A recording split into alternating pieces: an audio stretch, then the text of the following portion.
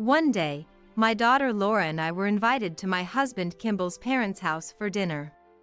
As dishes prepared by Kimball's mother, Michaela, came out, father-in-law, and I approached the table, the five of us enjoyed a pleasant conversation. How wonderful it would be if Kimball were here. Last year, Kimball passed away at the young age of 33. This dinner invitation was probably out of concern for me, looking gaunt after losing Kimball. After the meal, as we were cleaning up, it seemed Laura had fallen asleep from all the excitement. Once things had calmed down, Michaela suddenly became serious and wanted to talk, with both her and my father-in-law, Davin, looking at me nervously. What could this be about? Their tension was palpable. Sienna, the thing is... Yes. We were wondering if you would consider remarrying to Sheridan, our other son. We'd like to ask you from our hearts, please think it over. My heart raced audibly. Turning to Kimball's twin brother, my brother-in-law Sheridan, he was looking directly at me.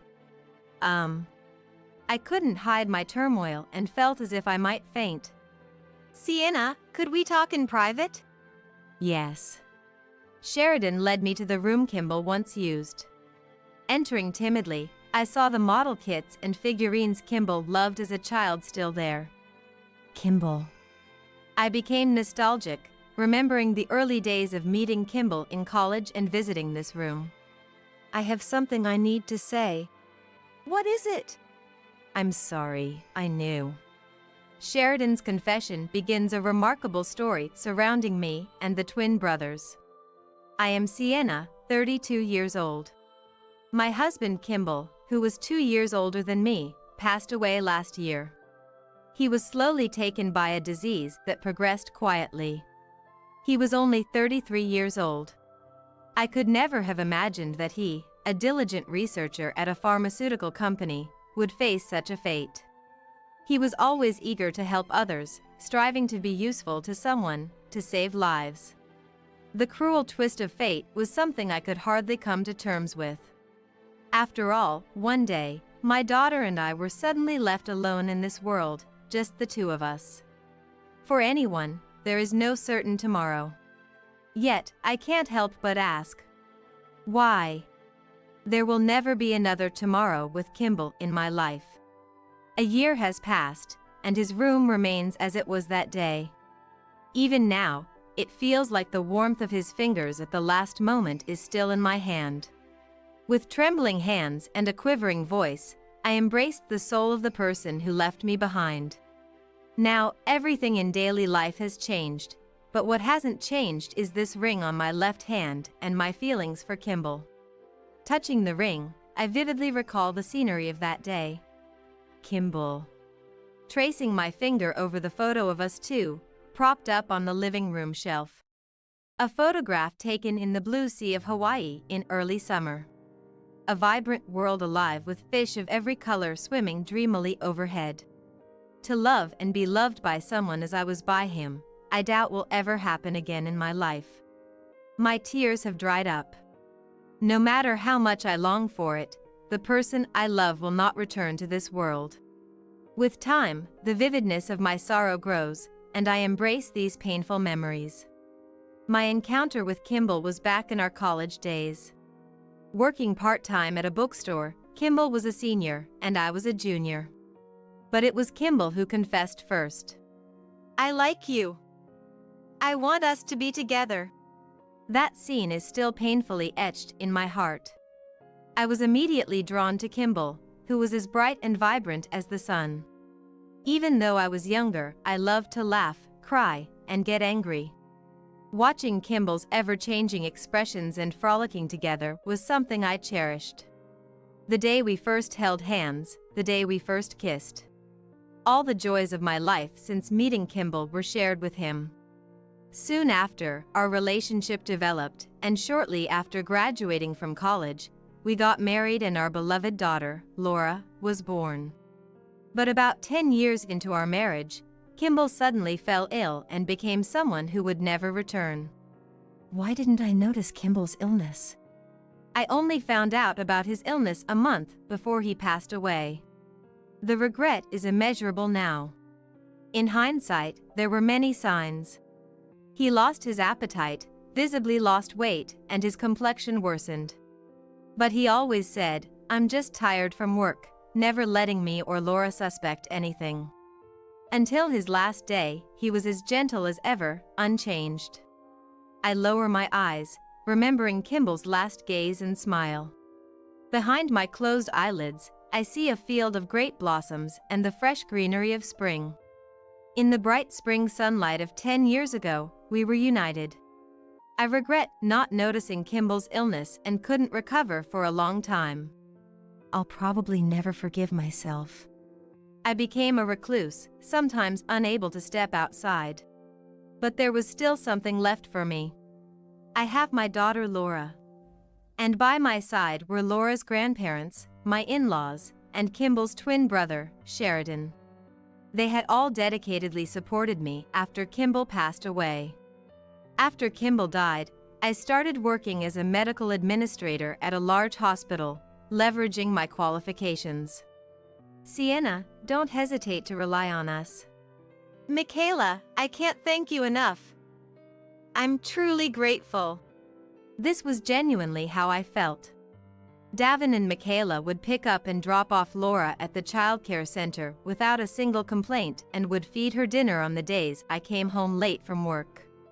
Being a full-time medical administrator and raising a daughter on my own was more challenging than I had imagined. I couldn't have managed without the help of Kimball's parents. Especially surprising was how well Bill, Sheridan, took care of Laura. Sienna, are you overdoing it? You've been looking a bit pale lately. Is that so? I'm sorry to worry you. I was internally shocked. Lately, I hadn't had much appetite and hardly ate proper meals. I felt like I had lost some weight. I've been feeling under the weather. My body felt sluggish and I hadn't been sleeping well at night. Even Laura had become worried about me recently, which really made me anxious. Truth be told, I found it difficult to talk with Sheridan. Kimball and Sheridan were very close as twin brothers. After Kimball and I started dating following his confession, the first person he introduced me to was his brother, Sheridan. "This is my brother. Nice to meet you." "Nice to meet you. You must be Sienna. I've heard a lot about you from Kimball." I remember watching their identical smiles side by side with a sense of wonder. Seeing them together made it feel like there were two of the same person. More than 10 years had passed since then. Nothing had changed. Except for the fact that Kimball was gone. Sheridan wears glasses, but his face without them is eerily similar to Kimball's. Even though it's natural for twins, they looked so much alike that it was painful. It was as if Kimball had come back to life and come to see me. I felt dizzy and instinctively looked away from Sheridan. No matter how much they resembled each other, they were different people. I must not get them confused. "Laura is my niece and Kimball's treasure. She's really adorable. Don't hesitate to ask for help when things get tough. Dad, Mom, and I were all on your side. Thank you. Laura is very fond of Sheridan, which helps a lot." Then, Laura came over. "Sheridan, let's play." "Hey, Mom, let's all go to the park together." Laura really loves Sheridan, doesn't she? But it's already dark outside, so the park is out of the question now. No, I want to play. Don't be stubborn. We'll go another time, okay? Laura, come play with Mom and me on your next day off. We'll play a lot then. Promise? Yes, promise. Duh. Sheridan. Laura almost called him Dad before correcting herself. They made a pinky promise. I felt guilty for unconsciously imposing the role of Dad on Sheridan. Laura is about to turn 6. Even at her young age, she must understand that Sheridan is not her real father. Yet her affection for him is likely because she senses that Sheridan's love for her is genuine, not just in form. Sheridan! Laura, good to see you. Laura ran to Sheridan with energy and hugged him. She looked truly happy. Seeing Sheridan lovingly embrace and soothe Laura, I nearly let tears escape. They looked too much alike. Him, Kimball. At that moment, I couldn't help but wonder why Kimball wasn't here, but his twin brother was. Oh, God. I discreetly dabbed at my eyes, trying not to let my tears show. That day, Laura and I were invited to Kimball's parents' house for dinner. Michaela, let me help. Why don't you relax today? Sienna, you seem tired lately. Michaela is a calm and kind person, always smiling warmly at us. Even now that Kimball is gone. It's okay. I want to help with something. Thank you. Could you then prepare the hamburger meat over there? Yes. I put on an apron and stood in the kitchen. Spending time with family truly warms the heart. In the living room next door, I could hear Sheridan and Laura playing happily. How wonderful it would be if Kimball were here. As dishes prepared by Michaela arrived, father-in-law led us to the table. We enjoyed a pleasant conversation among the five of us. After the meal, as we were cleaning up, it seemed Laura had fallen asleep from all the excitement. Once things had settled down, Michaela suddenly became serious and wanted to talk. Both Davin and Michaela were looking at me with strangely tense expressions. What could this possibly be about? I could feel the tension transferring to me. Sienna, what I wanted to talk about is… Yes. We were wondering if you would consider remarrying to Sheridan, our other son. I would also like to ask you, please think it over. I could feel my heart pounding audibly. Turning to Sheridan, he was looking straight into my eyes. I couldn't hide my turmoil and felt as if I might faint. Sienna, could we talk just the two of us? Yes. Sheridan led me to the room Kimball once used. Entering timidly, I saw the model kits and figurines Kimball loved as a child still there. Kimball. I became nostalgic, remembering the early days of meeting Kimball in college and visiting this room. I have something I need to say. What is it? I'm sorry, but I actually knew about Kimball's illness. What do you mean? Since when did you know? Since last summer, I think. He confided in me about his illness. But he made me promise not to tell you or Laura. That's unbelievable. Why would he? I collapsed to my knees, overwhelmed. According to Sheridan, this is what happened.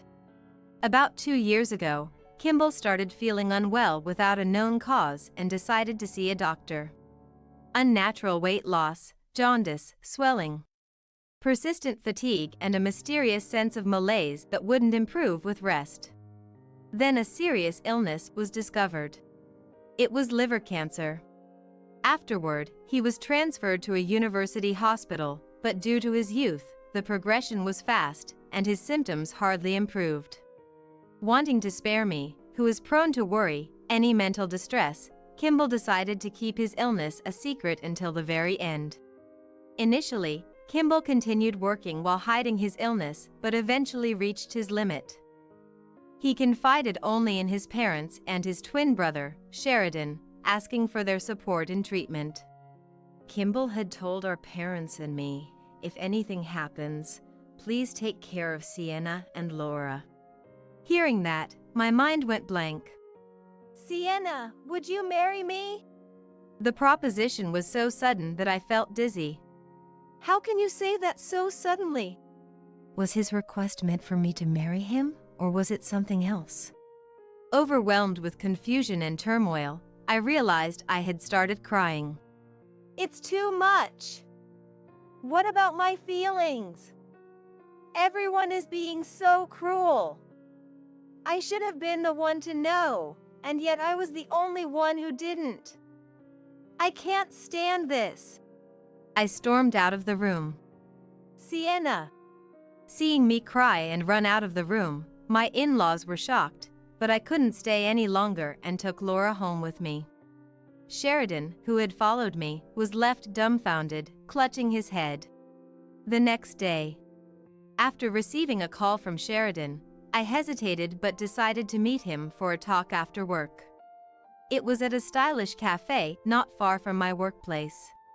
Laura was being looked after by my in-laws again today, so it would have been fine to talk there, but Sheridan suggested it would be better to talk away from that house, to stay calm. Sienna, I'm sorry for surprising you like that yesterday. Sheridan appeared formal and seemed a bit tense. How can I possibly hate him? He is the beloved brother of the person I loved most. Please don't worry about it. I'm sorry for getting so emotional myself. An awkward silence followed. Only the lively jazz music from the cafe flowed between us. Listen. I'm not bringing this up just because it was Kimball's dying wish. Why then? I'm worried about you. It's not just that.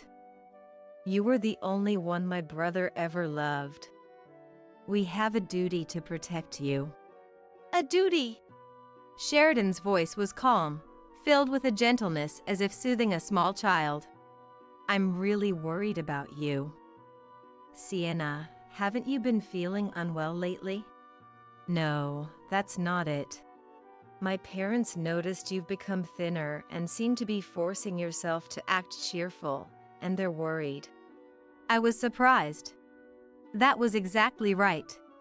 The last time I looked at myself in the mirror in a well-lit place, I seemed like a completely different person.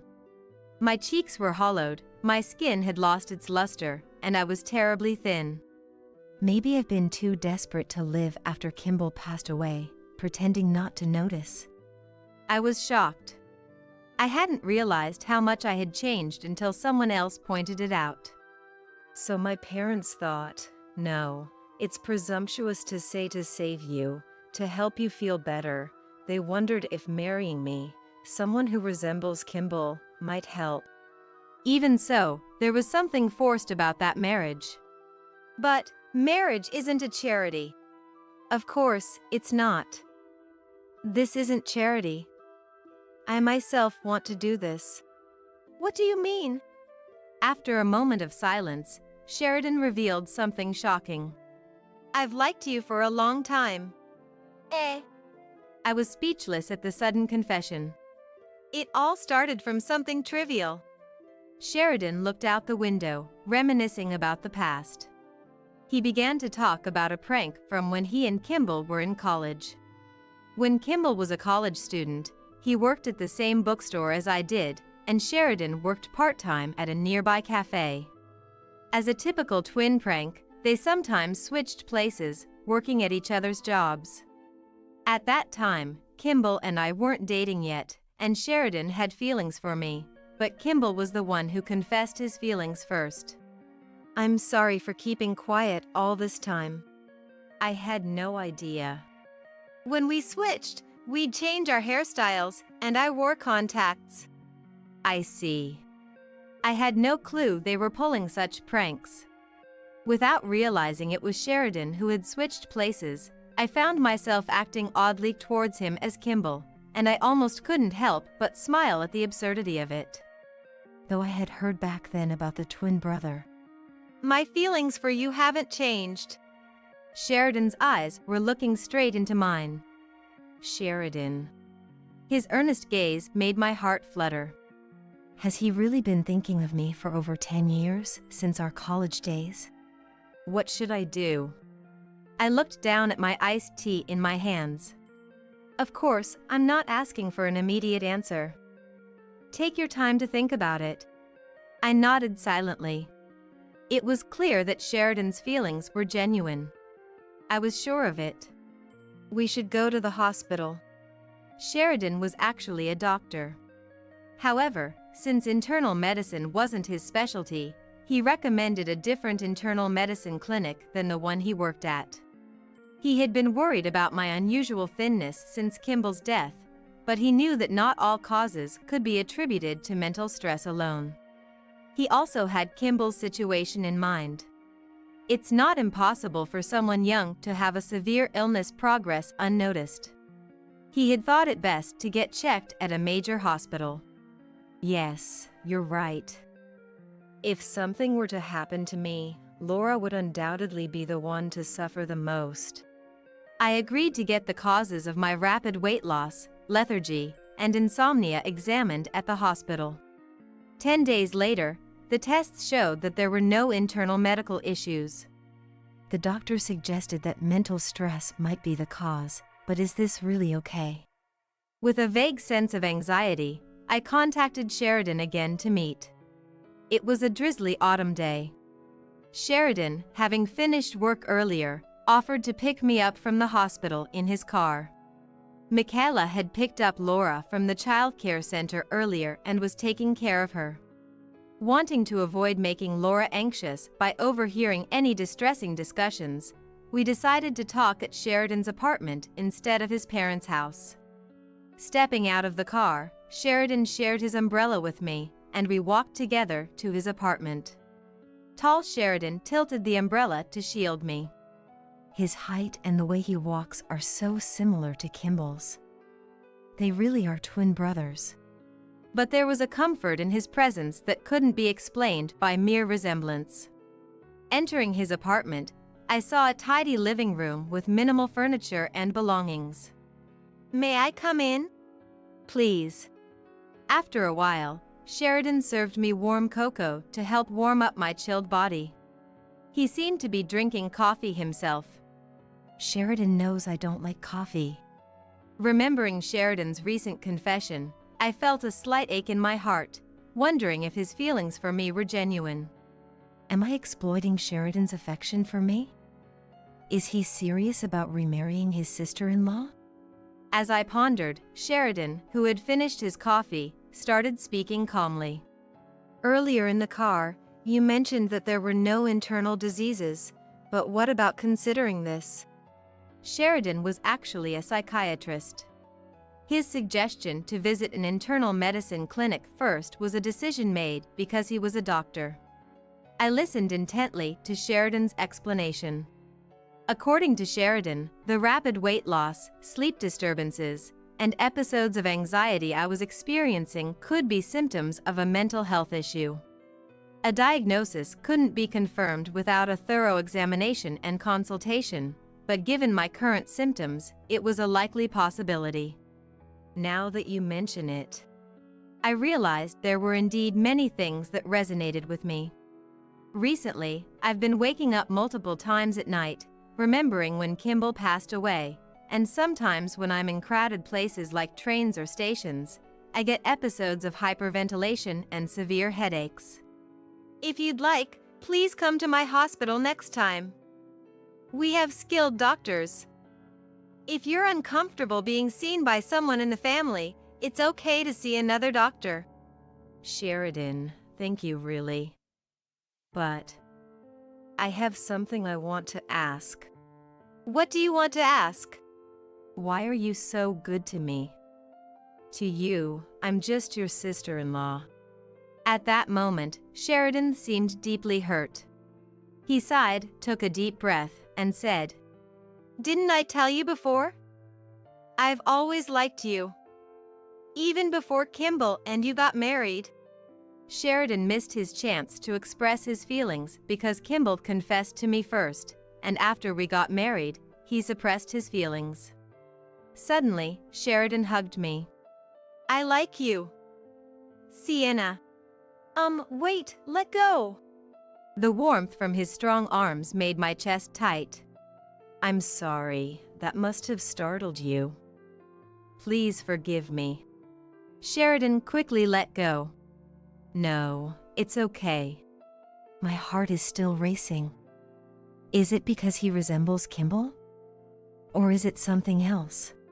What I wanted to say was, it's not because I was told by my parents or because it was Kimball's last wish. I said I wanted to marry you because it's my own true will. I couldn't look directly into Sheridan's eyes because of the nervousness. It's okay if you still love Kimball. You can use me if it helps you recover. To use you, that's not. To confess my feelings to you might not be permissible. I thought I would take these feelings to my grave. But thinking of you being alone, I couldn't bear it. Sheridan's earnest voice and gaze nearly overwhelmed me. I understand. But please let me think about it a little. I need to sort out my feelings.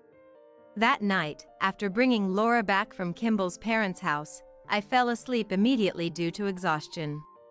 But various thoughts raced through my mind, keeping me awake. Me remarrying. Sheridan, Kimball's brother. Even if he wants it too, is it really something that can be allowed? 2 months later, I started treatment at the psychiatric clinic introduced by Sheridan. Naturally, Sheridan was my primary physician. Gradually, I began to recover, and my symptoms significantly improved. A month passed with nothing remarkable happening since Sheridan's shocking confession. I followed Sheridan's advice and went for a consultation. As usual, Michaela was looking after Laura, and I occasionally met and talked with Sheridan, who remained unchanged. Calm and kind. I'll wait, he said, smiling, waiting for my answer. On this day, I had decided something. It was to tell Sheridan my answer to his proposal. It was on a clear autumn day. Walking in a coat during an Indian summer felt warm. After talking at the cafe, Sheridan and I walked under the poplar trees. The business district on Sunday was quiet, with few people around. Walking on the brightly colored fallen leaves brought a gentle, strange feeling. Sheridan, I have something to tell you. Resolved, Sheridan stopped and looked straight at me. Yes. An unspoken tension passed between us. About the matter of remarrying, what if we did this? Sheridan quietly watched me. Instead of suddenly getting married, I'd like to start by dating first. Is that okay? Sheridan was surprised. It seemed like an unexpected answer to him. Of course, that's fine. But I wonder if that will be enough to support you, Sienna. I've thought about it, and considering Davin and Michaela's wishes, even if we don't get married immediately, how about the three of us, including Laura, start living together first? Understood. I have no objections. I would be happy to do that. I'm glad. But are you sure? I indeed still like you. Just the thought of living together makes me very happy. But I don't want to pressure you. There might be other ways to support you and your daughter without getting married. No, I want to do this. I thought about just getting married without much thought to comply with your parents' wishes. But you're not a substitute for Kimball. Even if you look exactly like him, you are Sheridan. I want to face you properly as an individual. That's why. Before I knew it, I was on the verge of tears. At that moment, Sheridan gently held my hand and smiled. I understand. Your message has been clearly received. Thank you, Sienna. His gentle eyes looking at me over his glasses reminded me of someone familiar. Someday, I might realize that I love Sheridan. And from now on, I will view him not as Kimball's brother but as Sheridan, a person in his own right. This was the moment I finally took a step towards a new life.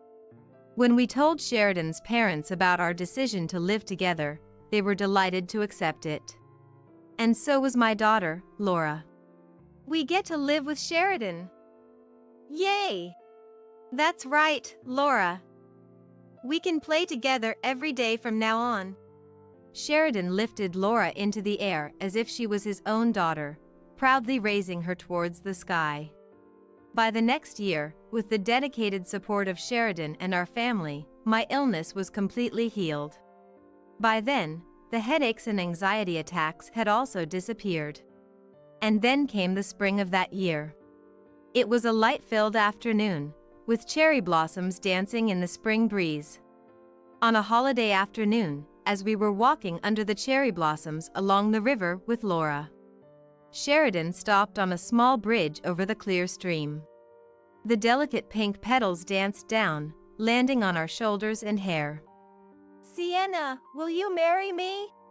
It was the second proposal I had received in my life.